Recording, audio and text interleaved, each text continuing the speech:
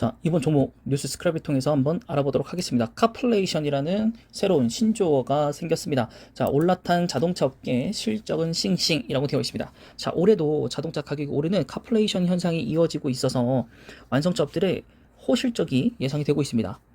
메르데스, 벤츠, 그 다음에 뭐 BMW, 폭스바겐, 테슬라, 그다음 벤틀리, 람보르기니, 포르쉐, 그리고 현대, 그리고 기아까지 해서 뭐 많게는 600%, 아니죠, 1845%, 네, 적게는 27%, 네, 성장하는 거고요. 대부분은 다 100% 정도는 기본적으로 성장을, 네, 기록을 했습니다. 람보르기니만 이제 영업이익으로 좀 추산이 됐고요. 네, 테슬라는 600%, 폭스바겐 400%, 이런 식으로 지금, 네, 되어 있습니다. 자, 그래서 지금 완성차 업체들에게 좀 공급자 우비 시장이 지금 형성이 되었고요. 그래서 이 부분들이 굉장히 유리하고, 지난해 보복 심리로 일시적으로 자동차 수요가 늘었는데 여기에 이제 반도체 부품 수가 부족이 되면서 지금 차량이 계속 딜레이 되고 있잖아요. 계속 딜레이 되면서 차량 가격을 정말로 올리는 대로 그냥 삽니다. 그래서 최근에도 테슬라 가격을 두 번이나 인상했음에도 불구하고, 네, 아직까지도 계속 잘 팔리고 있다라는 거. 물론 과거 고점의 피크 대비해서는 많이 팔리고 있는 수치는 아니지만 그래도 꾸준히 전기차 수요가 늘어나고 있기 때문에 수요는 지속되고 있습니다. 자, 그리고 바이두랑 샤오펑 같은 중국 전기차 업체들도 잇따라서 가격을 올리고 있고, 아무래도 그냥 올리는 것이 아니라 원자재 값이 올라갔기 때문에 또 배터리 수급도 아무래도 가격이 비싸졌을 거거든요. 그런 것들을 고려한다면, 혹은 다른 원자재들 이런 것들에서 이제 비교를 하자면 가격차 올리는 거는 그렇게 크게 지금 뭐 말이 나올 그런 상황은 아닌 것 같긴 합니다. 자, 그리고 소프트웨어도 영업이익에 영향을 좀 미치고 있다고 하는데요. 테슬라는 이제 대당 분기 하락을 하고 있습니다. 이 원가는. 근데 테슬라 원가 혁신은 빅데이터와 소프트웨어의 기술에 기반하고요. 데이터를 기반으로 소프트웨어를 조절해서 부품을 최소화하고 있고, 또 완성차 업체들의 호실적, 장기간 이어지긴 어렵다는 예상도 나오고 있습니다. 당장 일본 도요타만 하더라도 4월에서 6월 자동차 생산량을 기존 계획보다는 10% 줄였다고 하고요. 원자재 가격이 또 급등하면서 원자재 업체들의 미래 자동차 투자 부담이 큰 상황이라서 각국 정부가 인플레이션을 잡기 위해서 내놓은 정책을 차값에 전가시킬 수 있는 게 한계가 있기 때문에 아무래도 계속적으로 올릴 수는 없을 것이다. 그리고 테슬라니까 이런 식으로 올린 거지, 다른 차들은 이만큼 빠르게 많이 올릴 수는 없을 것이다라는 게, 네, 주된 내용입니다. 자, 결론은 지금 아무런 이유 없이 판가가 인상이 된다면 굉장히 좋은 것이지만, 그게 아니라 다른 것들이 오르기 때문에 이것을 어쩔 수 없이 마진 상승을 위해서, 마진 유지죠, 유지를 위해서 올린 것뿐이다 라는 게 해석이 되는 것이죠. 원래 이만큼이었기 때문에 요만큼을 먹었었다면 지금 다른 것들이 올라왔기 때문에 이걸 자연스럽게 올린 것뿐, 네, 그렇게 큰 변화는 없을 것이다 라고 보는 쪽도 있고, 그래도 이게 어쨌든 물건 가격이라는 게 한번 인상이 되면 잘 떨어지지 않습니다. 그래서 나중에는 이런 원자재들은 다시 하락을 할 때 차값은 고정인 거죠. 물론 여기에 뭐 프로모션이라든가 할인 이벤트들을 많이 줄 수도 있긴 하겠지만, 어쨌든 차에 대한 가격은 변하지 않을 거기 때문이죠.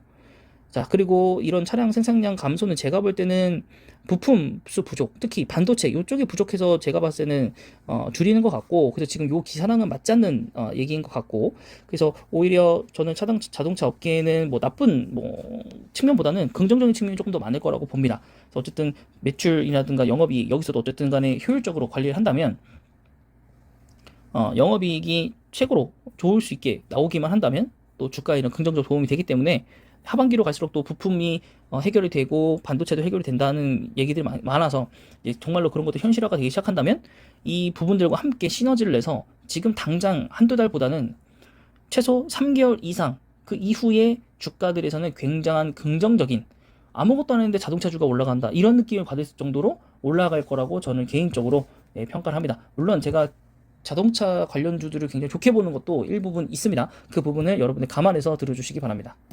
그래서 얼마 전에 자동차 관련주들을 쫙 한번 다 봐드렸던 것 같은데, 그래서 오늘은 간단하게 이제 현대차, 그다음 기아 요 정도까지만 보고, 네, 영상을 마치도록 하겠습니다. 자, 좀 상당히 좀 반대인 기사들이 좀 연달아서 나와가지고, 네, 저조차도 조금 중심을 잡기가 좀 힘든데, 어쨌든 저는 장기 투자로 진행하고 있는 현대차이고, 현재 한 700 정도 들어가 있는 상태이고, 평단가는 지금 가격보다는, 네, 한 몇 프로였을까요? 6% 정도 위에 있는 지금 평단가이거든요. 18만 원대 근처이기 때문에, 네, 저도 아직까지는 좀 현재 수익은 마이너스 구간, 아마 요 구간대가 아마 평단일 것 같고요.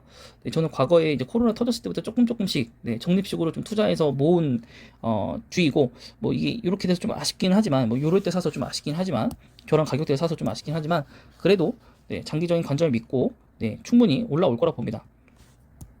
지금 회사가 힘들어지거나 이런 것들이 아니잖아요. 부품이 공급이 되지 않고, 그래서 생산이 덜 되고 이런 것들이 있기 때문에 네, 나쁘지는 않다고 봅니다.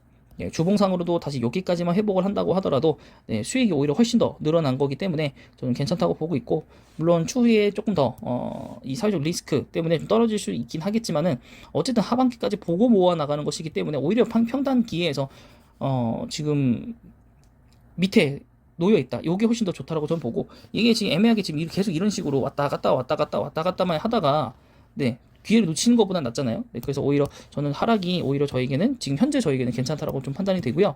신규 투자자 매수자들께서도 상당히 좋은 구간이 이미 좀 지나가고 있었다. 17만 원 정도 구간에서 잡았으면 괜찮을 텐데 지금 한 5천 원 올라와서 내일 또 어떻게 될지 모르겠지만 내일 뭐 한 17만 5천 원 넘어가고 18만 원 가면 갈수록 또 살 기회가 어영부영 지나갈 겁니다.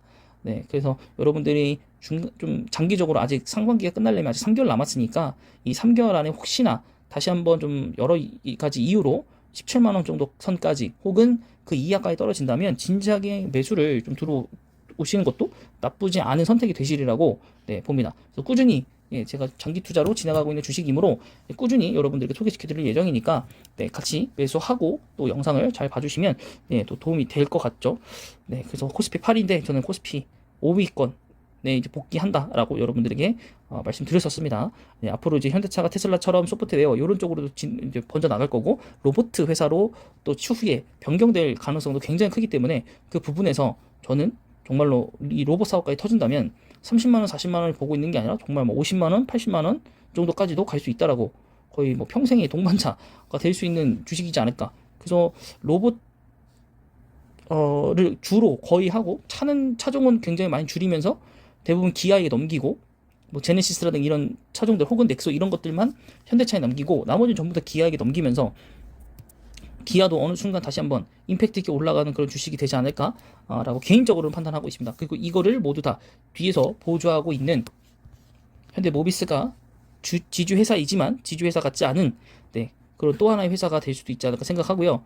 여기 조금 더 가사의 내피셜 조금 씌우자면 현대모비스를 지주사로 전환을 시킵니다. 이거를 인적 분할을 하는 거죠. 모비스 홀딩스와 그냥 모비스 이렇게.